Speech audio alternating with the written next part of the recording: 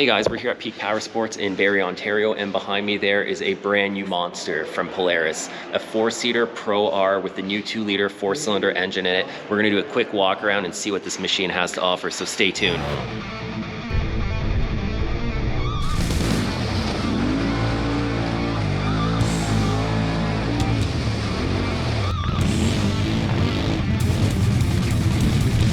Today we're here to focus on this bad boy behind me. This thing is wild. I haven't seen one of these in person yet, so I'm really stoked to check it out. It's got the 2-liter 4-cylinder engine in it. This is the flagship model from Polaris right now. Let's take a look at this thing, do a little bit of a walk around. I am a fan of the black on black, the stealth. But at the same time, I'm also a big fan of the high contrast colors. It shows off the suspension and stuff like that a bit more. But I mean, it's hard to argue with this black on black. It looks epic. 2-liter 4-cylinder. It is huge. This engine is massive. Individual coil packs up there. Look at this exhaust. Dual header, V into the muffler here. The transmission is now finally separate from the rear diff. So we have a rear diff here separately from the tranny, not one unit like the RZRs have run in the past, which is actually really great. This stuff looks easy to get to, easy to work on, easy to service in comparison to the past. I know Polaris has worked on those aspects a lot based on customer feedback. Lots of heat shields everywhere by the looks of it. It's so damn clean right now. That only lasts one ride. You can see the prop shaft in there on the slip shaft. And then there's another shaft coming out of what looks to be the tranny here, going to the rear diff, so the rear prop shaft and the front prop shaft now.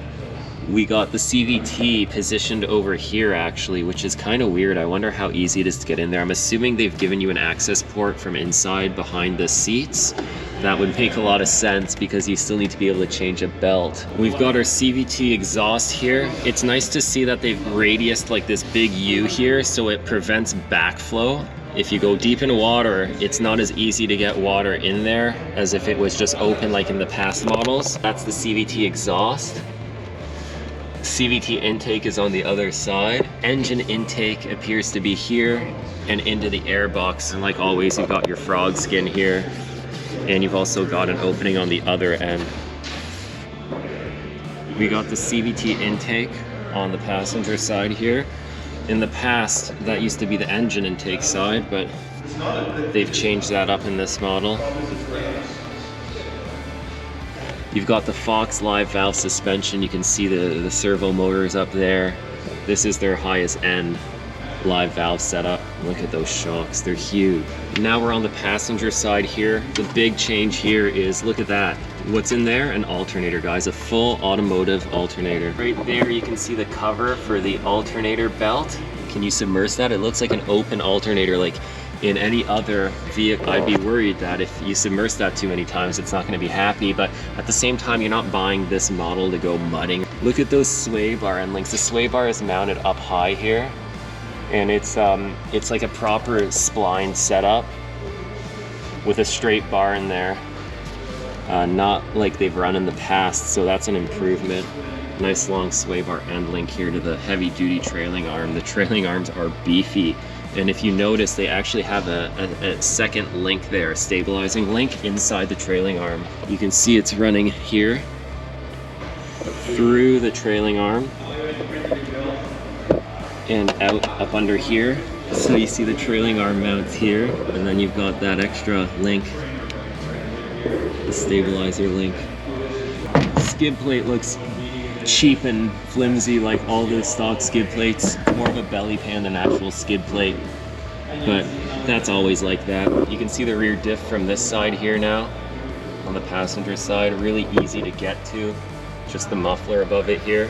That's a really big improvement. I'm pretty stoked about that, having it a separate unit, so if you have any diff issues, you don't have to split the tranny case and stuff like that. Looks like the oil filter is in a really easy to reach location. Nice and easy to change, quick.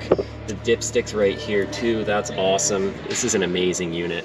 I'd love to get one of these. I can't afford one of these though. Okay, let's look at the rear brakes here. Look at those rotors. They're huge. They're way thicker than they've been in the past. The hub assemblies are bigger. They've gone to a 5-bolt hub. Rear radius rods are beefy. Here we've got that new link that goes through the trailing arm. out that way. Got our upper and our lower radius rods with like a dual shear setup here, which is nice, extra heavy duty. Nice big axles. The central exhaust there, that's pretty cool. Massive exhaust manifold. So let's go look at the front suspension now. Look how beefy that is. We got the big upper and lower A-arms. They're huge. The shocks now mount to the lower A-arm. Look at the cast aluminum spindle assemblies here. The brake rotors also look big. The spindle assemblies are much bigger. The tie rods and everything look way bigger than they have been in the past. You've got the sway bar up here behind the rad. It looks like they've really improved the sway bar design too.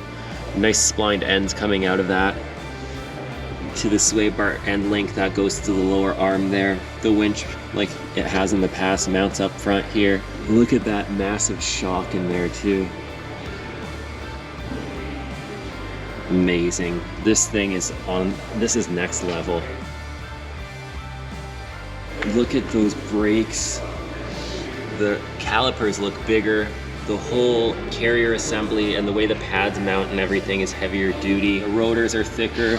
There's more meat on the brake pad than we've seen on the past on these machines, which is a great improvement. Once again, 5-bolt wheel there. This is a 33-inch Crawler XR, a Pro Armor rim and a Pro Armor tire. Non-bead lock on this setup, but that's all personal preference. Beautiful headlights.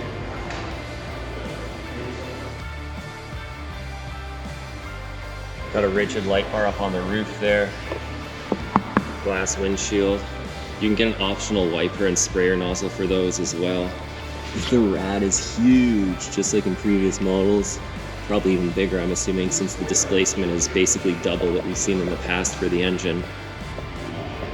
Nice big wide extended fender flares. Rear view mirrors. This thing is kitted out.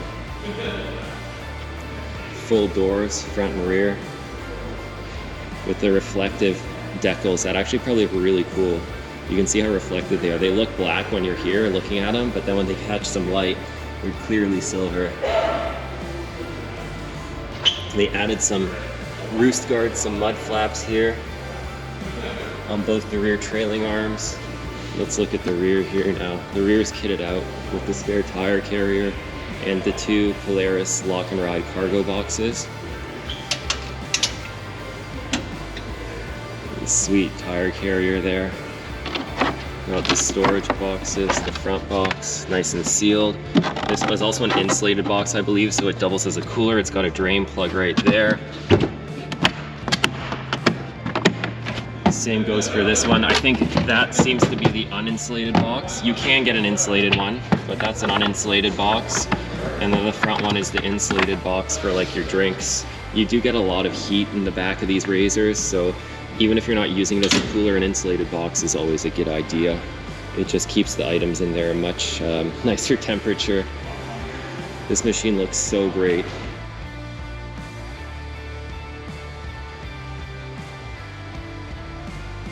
The interior, I mean, the interior is anything you'd expect out of a regular Pro XP.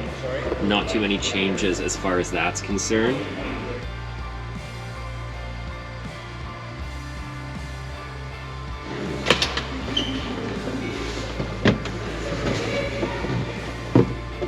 In regards to the interior, there's a lot of space here and it's well laid out in comparison to past models. I'm 6'4", I wear a size 14 or a 15 shoe or boot, and I've got plenty of space in the front and in the rear of this machine. There's no problem fitting 4 adults in here. This thing's got the full Rockford Fosgate setup too, speakers in the back, speakers in the front. Look at those beauty switches. Nice analog and digital gauge cluster. Nice steering wheel with all the controls for your suspension settings, your audio, Bluetooth. The same seats you're used to in the Pro XP. They're a comfortable seat. You got your digital dash here, your center console with the ride command, your additional switches here, your cluster.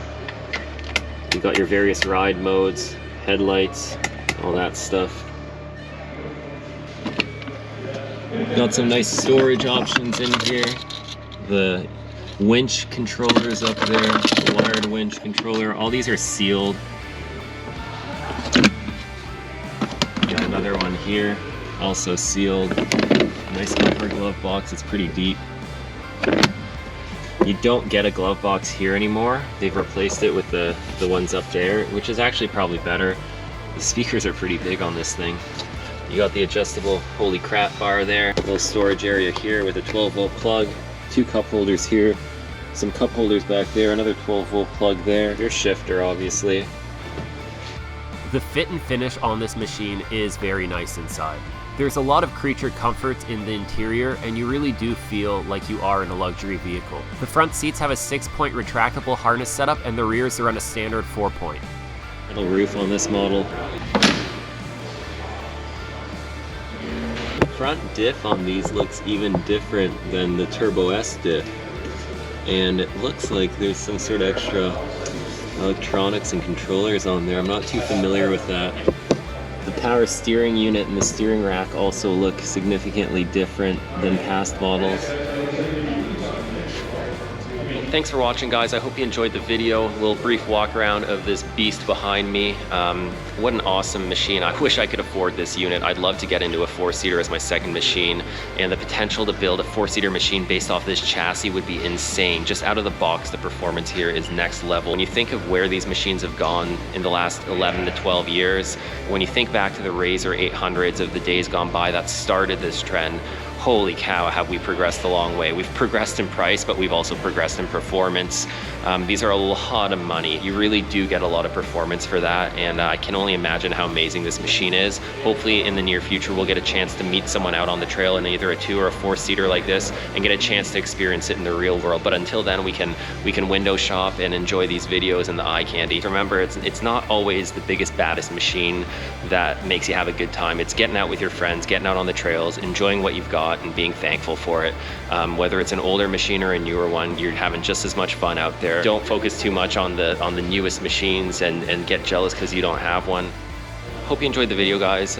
Smash that like button, follow us on Facebook and on Instagram, subscribe to the channel, and check out some of our riding content, our how-to videos, and some of the other content. We'll be doing a bit more walk-around videos coming up in the future, bringing a lot more variety to the channel. Stay tuned, we have a ton of wicked content coming your way in 2023. It's gonna be a badass year for AdrenalineJunkieProd. If you want some cool Team AJP swag and want to help support the channel, then check out the Shopify store. Like I mentioned earlier, this machine is at Peak Power Sports in Oakville, Ontario. It is available for purchase, so I mean, if you can afford it and you want it, it's waiting here for you. Ride safe out there, and we'll see you in the next video.